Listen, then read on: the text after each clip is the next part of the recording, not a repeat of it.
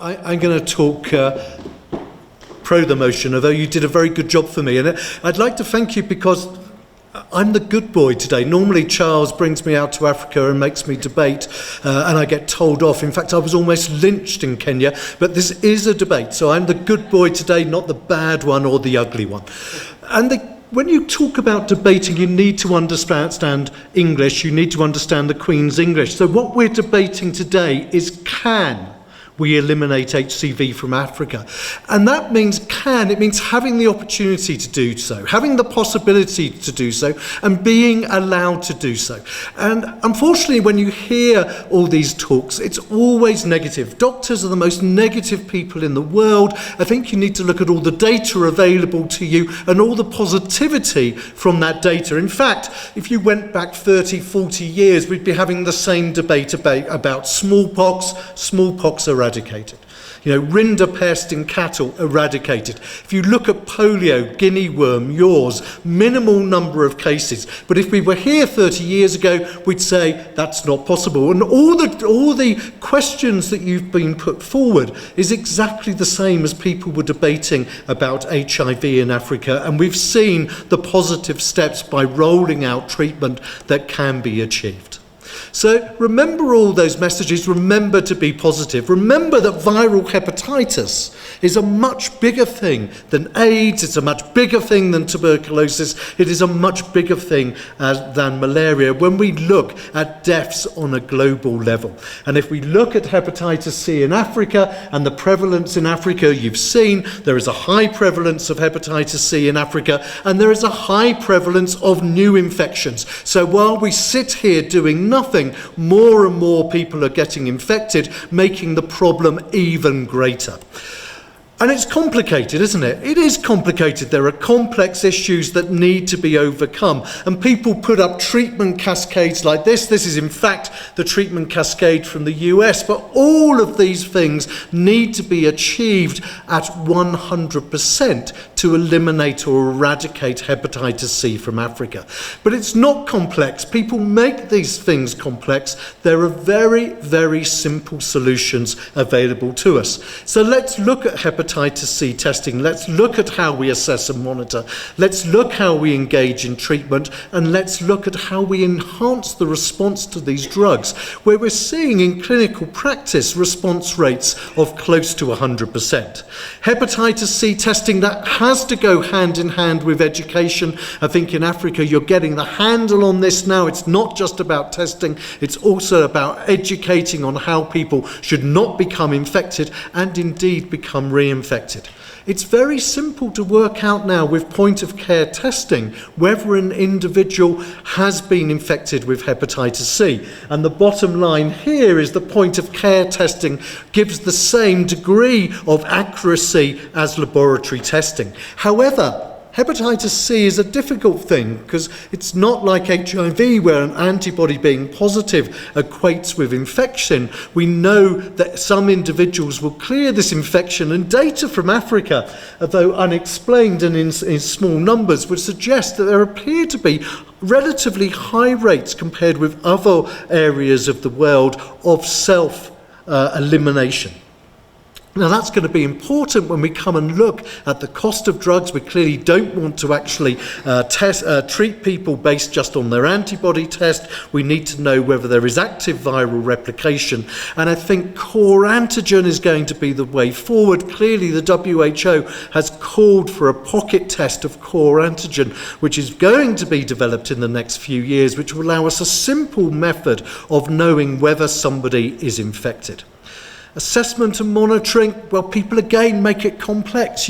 These were all the factors we had to take in account as regards response to treatment before 2015. In 2015, it came down to 2, hepatitis C genotype and post-treatment DEA RAVs. But because of the success of these drugs, this disappears. And we now, despite having a whole range of genotypes in Africa, have drugs which are truly pan-genotypic. Epclusa, pan-genotypic. The Abvi combination, Maraviret, pan-genotypic. So we have pan-genotypic drugs. You don't need to worry about genotyping. Engaging in treatment. We've heard about the message in HIV, it's test and treat, and it's going to have to be the same in hepatitis C, that we're going to have to be able to test people and treat them straight away. And again, it's been difficult because, you've had to do all these tests before starting treatment, during treatment. Again, that's going to disappear. There are studies going on at the present time in the resource-rich world looking at just doing 2 tests, a test at baseline to show that you've got the infection and a test 12 weeks or 24 weeks post the end of treatment showing that the infection's gone. So it's going to become very simple. Clearly on a global matter, money matters. But these drugs are relatively cheap. They're relatively cheap to make. We've clearly got generics rather than drug company-sponsored drugs, and we're down to around $200 as the cost to actually make these drugs. So they become much more affordable. And everyone, of course, wants a slice of that finite pie, but if you look at who deserves it, if you look at disease burden, years of life loss, years equivalent or reduced functioning, you can see the most important disease is hepatitis C. So there's many, many factors there showing that we can treat hepatitis C. Can you go back one for me?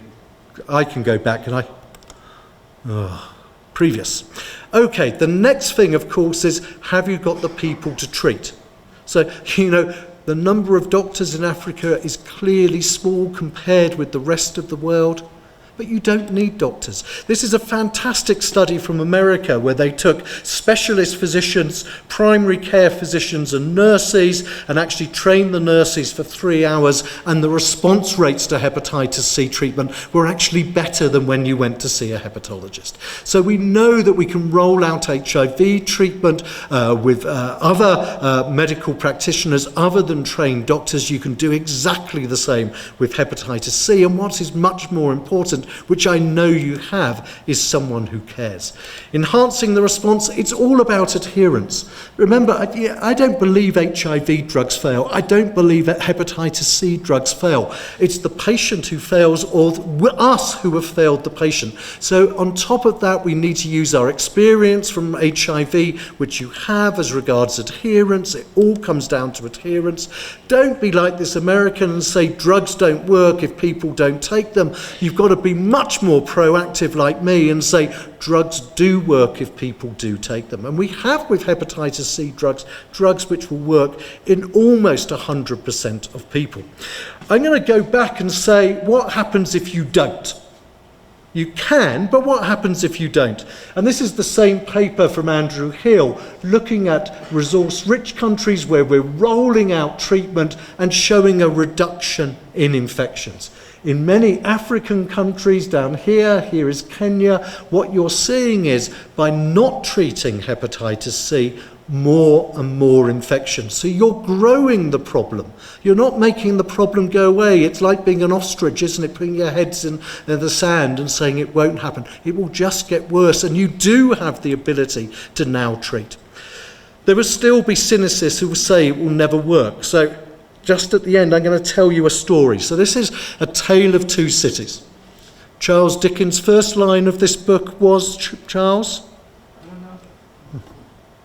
It was the best of times, it was the worst of times. So this is where I work. This is in Chelsea. The football club is up here. And I'm going to compare it with a clinic which I visited about 15 years ago. This is the Zawutu clinic here in Addis Ababa. And when we looked at the staff at the time, we had loads of doctors and nurses in the clinic in Ethiopia. There were very few doctors. There were some nurses, 8 people who they called nurses but weren't actually nurses.